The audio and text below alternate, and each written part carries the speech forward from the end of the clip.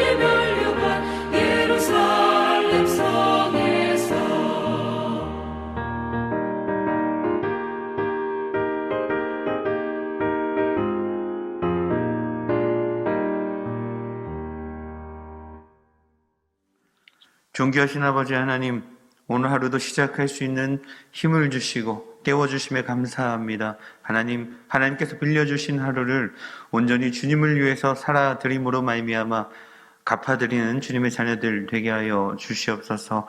하나님, 주님께 가는 그날까지 선한 싸움 싸우기 원합니다. 하나님, 주님께 가는 그날 모든 것을 주님께서 인도하셨다 찬송하며 기쁨으로 향할 수 있는 우리의 믿음, 환경, 모든 것들을 주장하여 주옵소서. 예수 그리스도의 이름으로 기도하옵나이다. 아멘. 우리 오늘 함께 보실 말씀은 열왕기상 21장 말씀입니다.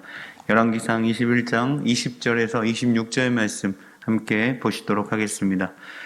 열왕기상 21장 20절에서 26절 말씀입니다. 제가 가진 성경으로는 구약성경 555페이지에 있습니다.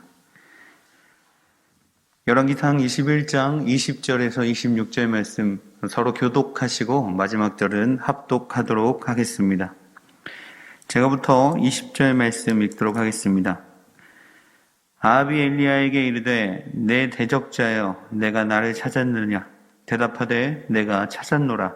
내가 내 자신을 팔아 여호와 보시기에 악을 행하였으므로 너의 말씀이 내가 재앙을 내려 너를 쓸어버리되 내게 속한 이스라엘 가운데 외인자나 노인자를 또 내 집이 느바세 아들 여로보암의 집처럼 되게 하고 아히야의 아들 바하사의 집처럼 되게 하리니 이는 내가 나를 노하게 하고 이스라엘이 범죄하게 한 까닭이니라 하셨고 이세벨에게 대하여도 여호와께서 말씀을 이르시되 그들이 이스라엘 성읍을 이세벨의 마음을 아합에게 속한 자로서 성읍에서 죽은 자는 개들이 먹고 들에서 죽은 자는 공중의 새가 먹으리라고 하셨느니라 하니 이로부터 아버지 그 자신을 바라 여호와 앞에서 악을 행한 적 없으며 그를 그의 아내 이세벨이 같이 보시겠습니다.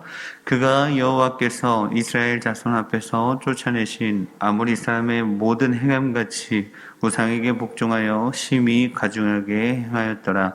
아멘. 수요 예배 때 말씀드렸던 대로 오늘 수요 예배 말씀에 이어서 오늘 말씀을 좀 살펴보려고 합니다. 먼저 수요 예배를 들으신 분도 있고 들으시지 못하신 분도 계셔서 열왕기상 21장 말씀을 간략하게 좀 말씀드리려고 합니다. 아니 20장 말씀부터 좀 말씀을 드려야 합니다. 20장 말씀에 보니까 베나닷, 아람 왕 베나닷이 나오고 하나님께서는 그들을 모두 멸하라고 명령하셨습니다. 그런데 이 아합 왕이 베나닷을 놓아주게 됩니다. 왜 그랬습니까? 본인은 어차피 이긴 싸움에서 본인은 인자한 왕이다라는 칭송을 받고 싶었을 수 있습니다.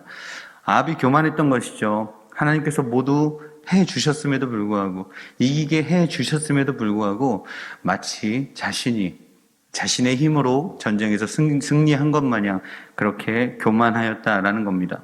그때 선지자가 베나닷의 생명 대신에 너 아합의 생명을 취할 거야 라는 선포를 하게 되어집니다.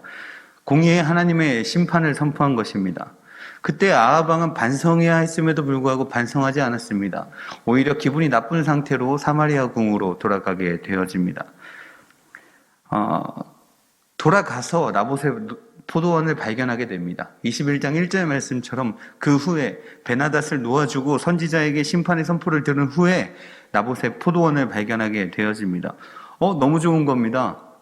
왕궁하고 위치를 봤을 때, 환경적인 것을 봤을 때 너무 좋은 겁니다. 딱 자신의 채소밭을 하면 좋을 것 같습니다. 그래서 자신이 왕이지만 정중하게 그 포도원 주인 나봇에게 부탁합니다. 제안합니다. 여보게, 그 포도원 나에게 좀 줄 수 있겠나? 그대가 나에게 준다면 내가 더 아름다운 포도원을 그대에게 주도록 하겠다. 혹시 돈으로 원한다면 내가 그에 맞는 돈을 너에게 주도록 하겠다. 여러분, 계약하자는 사람이 한 나라의 왕입니다. 이것은 왕의 명령이나 마찬가지입니다. 그냥 빼앗아가도 할 말이 없는데 이렇게 정중하게 좋은 조건을 제시하는 겁니다. 나봇의 입장에서 이 계약을 잘 마무리하면 왕의 신임을 얻어서 오히려 중직을 하나 얻을 수도 있는 그런 상황입니다. 그런데 거절합니다. 왜 거절하죠? 율법에 레위기서 말씀에 하나님 말씀에 토지를 팔지 말 것을 명령하고 계시기 때문입니다. 나봇은 그것을 지키기 위해서 왕의 명령임에도 불구하고 팔지 않겠다라고 거절합니다. 물론 아합 왕도 이 율법을 잘 알고 있었을 것입니다. 그 당시 토지에 대한 일반적인 개념이었기 때문입니다. 그렇다면 왜 아합 왕은 이 율법, 하나님의 말씀을 알고 있었음에도 불구하고 나봇에게 그 토지를 매매하라고, 팔으라고 이렇게 요청했을까요? 욕심 때문입니다. 욕심. 하나님의 율법을 잘 알고 있었지만 욕심이 앞선 것입니다. 우리도 욕심을 부려보지만 욕망에 사로잡히게 되면 하나님께 무관심한 자가 되어 교만해지게 된다라는 겁니다. 결국 나봇에게 거절당한 이 아합 왕, 기분도 나쁘고 자존심도 상한 아합 왕은 화가 난 채로 사마리아 궁으로 다시 돌아가게 됩니다. 식사도 하지 않고 침상에 누워 있습니다. 삐진 겁니다. 자기 뜻대로 안 되니까, 자기가 가지고 싶은 걸 가지지 못하니까 삐지게 된 것입니다. 여러분, 이게 북이스라엘 한 나라의 왕의 모습입니다. 이래서야 되겠습니까? 대범은커녕 평범하지도 못한 상태라는 겁니다. 이때 여인이 등장하죠. 이세벨입니다. 악한 여왕, 지금까지도 악함의 대명사로 불려지는 이세벨입니다. 이세벨이 아합에게 왜 식사도 안 하고 누워만 있느냐고 물으니까 기다렸다는 듯이 마치 엄마에게 고자질하는 아이처럼 내가 나봇에게 좋은 조건을 제시했음에도 불구하고 나봇이 팔지 않는다. 마치 자신은 친절하고 매너 있게 그렇게 제안하였지만 나봇이 상태가 안 좋고 나쁜 사람이라서 거절한 것처럼 그렇게 설명합니다. 중요한 것은 나봇이 왜 팔지 않았느냐의 문제입니다. 근데 그것을 쏙 빼놓고 전달한다라는 겁니다. 하나님께서 토지를 팔지 말라고 하셨으니까 팔지 않았음에도 불구하고 자신에게 불리한 내용은 쏙 빼놓고 전달한 것입니다. 더 웃기는 사람은 이세벨입니다. 걱정하지 말라고, 편하게 있으라고, 자기가 그 포도원을 갖게 해줄 테니까 편하게 있으라고, 일어나서 식사하라고 이야기합니다. 그리고 나서 이 이세벨이 계략을 꾸미게 되어지는 거죠. 자기가 왕인 것 마냥 왕의 이름으로 편지를 씁니다. 아합의 이름으로 편지를 쓰고 자기가 왕인 것 마냥 아합의 도장을 찍게 되어집니다. 그리고 불량자 두 사람을 내세워서 나봇이 하나님과 왕을 저주했다라고 증인을 서게 합니다. 사람들에게는 명분을 만들기 위해서 율법에 나와 있는 대로 금식을 선포하게 하고 두세 증인을 세우고 하나님을 저주했으니 돌로 쳐 죽이라고까지 이렇게 디테일하게 판을 짜서 결국 나봇을 죽게 만듭니다. 그리고 가증스럽고 뻔뻔한 얼굴로 의기양양하게 남편 아합 왕에게 가서 나봇이 죽었으니까 이제 그 포도원을 당신이 취하십시오 라고 이야기합니다. 아합은 묻지도 따지지도 않고 그 말을 듣자마자 포도원에 내려가서 그 포도원을 취하게 되어집니다. 악한 여왕 이세벨이나 그 치마폭에 둘러싸였던 아합 왕이나 똑같은 사람입니다. 똑같은 범죄자입니다. 악한 사람들이었다라는 겁니다. 하나님께서는 죄가 관영하면, 죄가 가득 차면 분명히 심판하시는 하나님이십니다. 지금 당장 무슨 일이 일어나지 않는다고 해서 하나님이 그 죄를 잊어버린 것이 아니시라는 것입니다. 죄가 하나님의 진노의 기준에 죄가 가득 차면 분명히 심판하시는 공의의 하나님이시다라는 것을 기억하시기 바랍니다. 하나님께서 엘리야를 아합 왕에게 보냅니다. 심판을 선포하라고 보내시는 겁니다. 그리고 말씀하십니다. 우리 19절 말씀 같이 한번 보시도록 하겠습니다. 19절입니다. 너는 그에게 말하여 이르기를 여호와의 말씀이 내가 죽이고 또 빼앗았느냐고 하셨다 하고 또 그에게 이르기를 여호와의 말씀이 개들이 나봇의 피를 핥은 곳에서 개들이 내 피 곧 내 몸의 피도 핥으리라 하였다 하라. 이런 거죠. 아합아, 네가 죽이고 네가 빼앗은 거야. 아합이 이런 핑계를 댈 수도 있지 않았겠습니까? 내가 한 게 아니고요. 사실은 저 여자가 한 거예요. 내 아내가 한 거예요. 나는 그냥 시키는 대로만 한 거예요. 라는 핑계를 댈 수도 있지 않았겠습니까? 그런데 하나님께서 분명히 말씀하십니다. 아합아, 네가 한 거야. 네가 죽이고 또 빼앗은 거야. 라고 말씀하고 있다라는 겁니다. 네가 왕이야. 네가 묵인했고 네가 용납했고 네가 죽이고 네가 그 포도원을 빼앗은 거야. 여러분, 하나님은 아십니다. 사람은 속일 수 있어도 하나님은 아신다라는 겁니다. 하나님은 절대 속일 수가 없습니다. 부디 바라기는 하나님 앞에서는 물론이거니와 사람 앞에서도 더더욱 진실한 성도가 되시기를 간절히 소원합니다. 여기까지가 수요예배 때 함께 나눴던 말씀의 간략한 요약입니다. 그리고 그렇게 오늘 본문은 하나님을 무시하고 자신의 사리사욕을 채우려 거짓말에 사기에 살인까지 저지른 저들에게 하나님께서 어떻게 심판하시는지 함께 살펴보려고 합니다. 20절 말씀에 엘리야 선지자가 아합 왕에게 이렇게 말합니다. 네가 너의 자신을 팔아서 여호와 보시기에 악을 행하였다.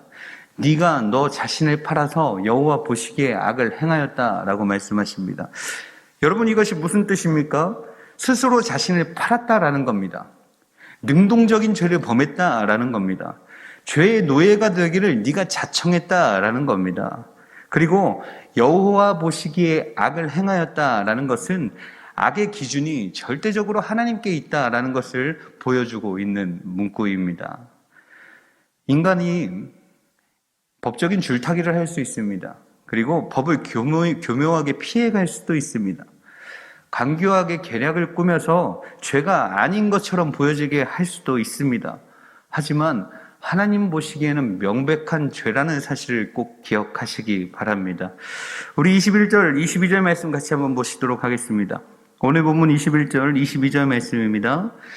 여호와의 말씀이 내가 재앙을 내게 내려 너를 쓸어버리되 내게 속한 남자는 이스라엘 가운데 매인자나 노인자를 다 멸할 것이요 또 내 집이 느밧의 아들 여로보암의 집처럼 되게 하고 아이야의 아들 바하사의 집처럼 되게 하리니 이는 내가 나를 노하게 하고 이스라엘이 범죄하게 한 까닭이니라 하셨고. 아멘. 하나님께서 분명하게 범죄한 아합 왕에게 재앙을 내리겠다라고 약속하고 있습니다.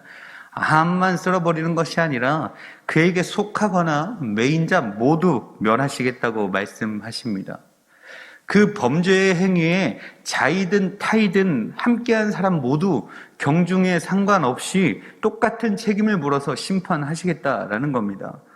여러분 기억하십니까? 이 여로보암이 어떤 사람입니까? 북이스라엘의 첫 번째 왕입니다. 하나님이 세우셨습니다. 견고한 집을 세울 것이다 라고 말씀하셨던 그 왕이 이 여로보암 왕입니다. 그런데 어떻게 했습니까? 권력을 잡게 되니까 우상을 숭배하게 되어집니다. 자기 맘대로 하는 폭군이 되어버립니다. 하나님께서 말씀하셔도 도무지 듣지 않습니다. 그러다 어떻게 되었습니까? 하나님의 심판을 받아서 죽게 되어집니다. 악한 왕의 대명사로서 남게 되어지는 거죠. 이 아합은 여로보암의 죄를 답습한 것입니다. 결국 아합도 이렇게 비참하게 죽게 될 것이라는 겁니다. 또 바하사가 누구입니까? 여로보암의 아들 나답을 죽이고 북이스라엘의 세 번째 왕이 된 사람입니다. 절대 권력을 누리던 자였죠. 하지만 그 역시 비참한 죽음을 맞이하게 됩니다. 여로보암, 바하사 이 두 가문은 모두 멸절하게 되어집니다. 하나님께서 오늘 선지자를 통해서 이렇게 말씀하십니다. 아합 너 역시 그 길을 걸을 것이며 너의 가문이 그 길을 걷게 될 것이다. 이렇게 너무나도 뚜렷하고 명확한 예를 들어주고 계시는 겁니다.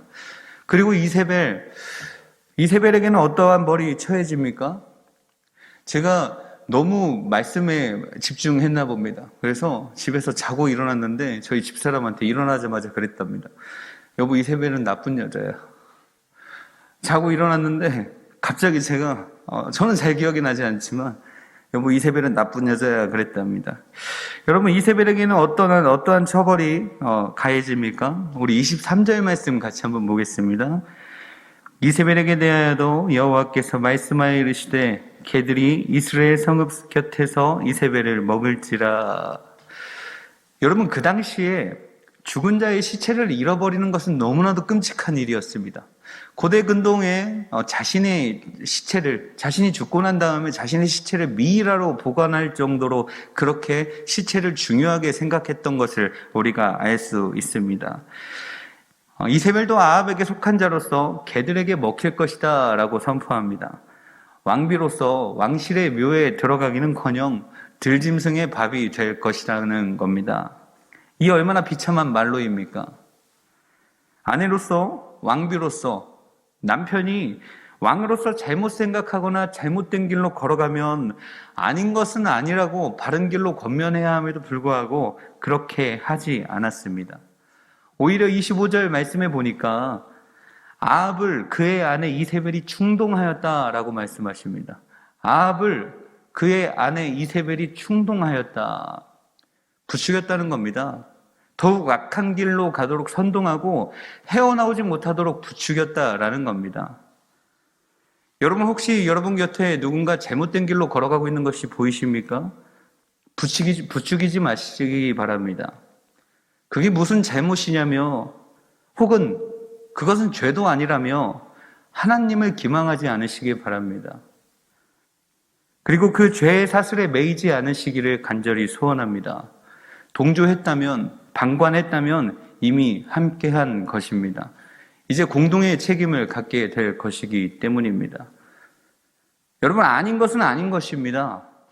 하나님의 말씀에 비추어 볼 때 아닌 것은 아니다라는 겁니다. 하나님보다 앞서가지 않으시기 바랍니다. 하나님이 범죄라고 하는데 자기가 하나님인 것 마냥 그건 죄가 아니야 라고 말하는 그런 오류를 범하지 않으시기 바랍니다.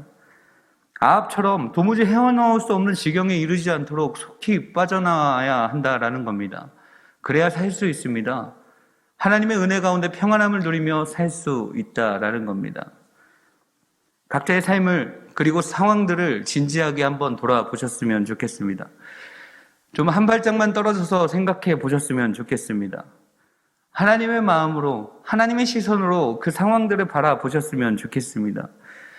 아무것도 아닌 것이 아닐 수 있다라는 겁니다.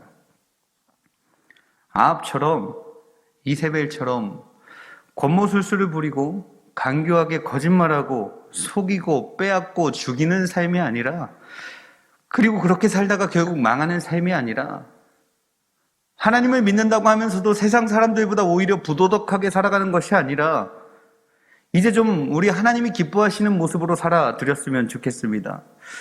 여러분의 삶이 어떠한지, 여러분이 어떤 마음으로 살아가고 계신지 저는 알지 못하지만 우리 아버지 하나님은 아십니다. 하나님 보시기에 조금이라도 부끄러운 것들이 생각나시거든 여러분, 그것은 기회입니다. 어떠한 기회입니까? 회개할 수 있는 기회입니다. 성령님께서 돕고 계신다라는 겁니다. 시간이 조금만 더 지나면 그 세미한 음성도 듣지 못하게 될 것입니다. 아무리 문을 두드려도 듣지 못하는 상황에 이르게 될 것이라는 겁니다. 어떻게 하시겠습니까? 어쩌시겠습니까? 어떻게 사시겠습니까? 오늘 각자의 결단들이 하나님께 상달되어져서 아름다운 열매 맺으시기를 간절히 소원합니다. 우리 주기도문으로 예배 마치도록 하겠습니다.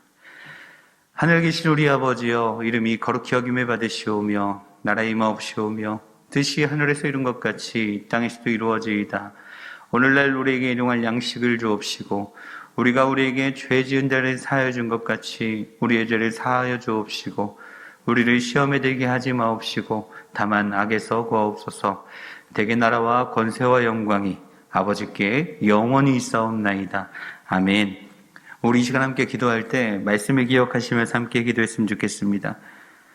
주님, 아합처럼 살지 않게 하여 주시옵소서. 문제가 생길 때마다 하나님을 먼저 찾고 하나님께 응답받으며 살아드리는 성도 되게 하여 주시옵소서. 또 기도하실 때 주님, 이세벨처럼 살지 않게 하여 주옵소서. 진실하고 올바른 주님의 자녀 되게 하여 주시옵소서. 다른 영혼을 죽이는 것이 아니라 더욱 사랑하는 주의 사람 되게 하여 주시옵소서. 기도하셨으면 좋겠습니다. 또 기도하실 때 주님, 회개의 마음을 더하여 주시옵소서. 범죄하였거나 또 그 안에 조금이라도 매여 있다면 진정으로 회개하고 용서받는 복을 누리게 하여 주시옵소서. 기도했으면 좋겠습니다. 또 기도하실 때 결단하게 하여 주시옵소서. 기도하셨으면 좋겠습니다. 다시금 그 심판의 길, 저주의 길로 걸어가지 않도록 주님, 결단의 마음과 그 마음을 지킬 수 있는 힘과 건강과 지혜를 허락하여 주시옵소서. 기도하셨으면 좋겠습니다. 그리고 코로나가 좀처럼 사그러지지 않고 있는 이때에 하나님, 코로나 바이러스를 속히 종식시켜 주셔서 다시금 모이게 힘쓰고 아무런 걱정 근심 없이 함께 모여 하나님을 찬양하고 기도할 수 있는 환경을 속히 열어 주시옵소서. 기도하셨으면 좋겠습니다. 우리 교회 학교 아이들을 빼놓지 않고 기도해 주십시오. 우리 아이들 학교에 가는데 건강 지켜 주셔서 학업생활도 잘 하게 하시고 그보다 더 중요한 신앙생활, 믿음을 잃지 아니하도록 우리 아이들을 지켜주시옵소서. 기도해 주셨으면 좋겠습니다. 그리고 이 아침에 주님께 가지고 나온 간절한 각자의 기도의 제목을 가지고 함께 기도하도록 하겠습니다. 함께 기도합니다.